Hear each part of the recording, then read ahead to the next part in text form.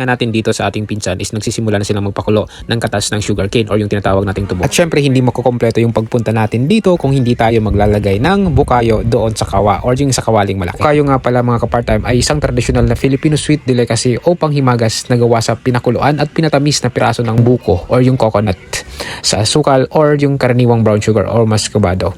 Ito ay malagkit, chewy at masarap na merienda na kilala sa buong Pilipinas. So pero dito sa atin, direkta nating ilalagay dito sa kawa na pinapakuluan yung mga katas ng sugarcane. So sobrang sarap nito mga ka-part-time once na matikman nyo. At dahil sobrang sarap nga at purong-puro yung kalamay niya dito, so marami tayong nakasabay dito na naglagay ng bukayo dito sa direkta sa kawa or sa kawaling malaki. So ang may-ari nga pala nito is yung aking pinsan dito sa Barangay Sukip. So sariling sikap niya kung bakit nagkaroon dito ng ganitong paggawaan ng kalamay dito sa Barangay Sukip, Pideran Albay. So sariling sikap niya, sariling diskarte, sobrang sipag at tiyaga talaga ng aking pinsan ito. Sa mga naghahanap dyan, syempre single pa rin yan ng ating pinsan. At sa mga gustong matikman kung gaano kasarap yung kalamay na purong-puro at gawang Pideran Albay, pwede kayong mag-message sa kanya directly. Ilalagay ko yung account niya sa comment section. Syempre hindi tayo pwedeng pumayag na hindi natin may experience yung proseso ng paggawa ng kalamay niya dito. So syempre bida-bida tayo, hiniram natin yung panghalo niyan. So may mga tinatanggal kasi dyan yung molasses, no? Tinatanggal niya dyan para at least maging masarap at malinis yung magiging produkto niyang kalamay. Sa proseso nga ng paggawa ng kalamay is kailangan yung tiyaga natin dito kasi nung tinanong ko siya kung ilang oras ba pinapakuluan yung mga katas ng sugarcane, sabi niya almost 6 hours or more than 6 hours daw yung pagpapakulo nito.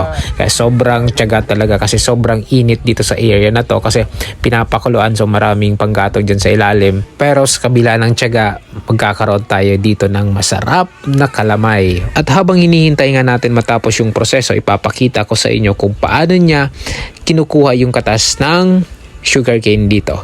So bale sa diskarte talaga yung buhunan niya dito. Ito yung ginawa niya. Tadi mo pwedeng tuwal sana yan. Wala nang balik kita to. Yug gani yan nung pwede para yug yan.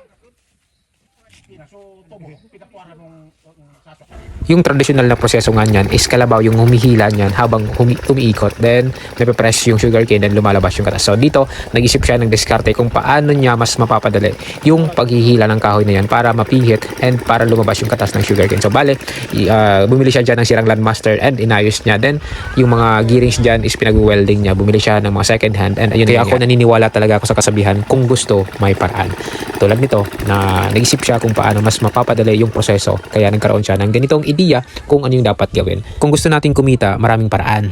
Isa na doon yung paraan sa sariling diskarte. Diskarte na kung saan gusto nating kumita, diskarte na kung saan gusto nating mailabas yung ating mga talento, diskarte na kung saan magiging masaya tayo. Matapos nga ang 6 na oras na pagpapakulo, eto na yung resulta ng katas ng sugarcane. So may kalamay na and may bukayo na tayong makakain. Sobrang sarap. Ganitong mga talento, ganitong mga diskarte, yan yung magandang suportahan. Kaya sa mga gustong bumili dyan ng kalamay na purong-puro gawang Pideran Albay, pwede na kayong mag-message sa kanya directly and pwede din kayong bumisit. And syempre, para makakuha kayo or makapagbili ng kalamay na gawa niya, kailangan nyong magpa-reserve kasi habang niluluto dyan, na experience ko kanina, habang niluluto is sold out na. So pagkaluto, wala na talang mabibili yung mga darating pa. Kaya kung gusto nyo matikman yung kalamay niya, pwede kayong mag-advance order sa kanya.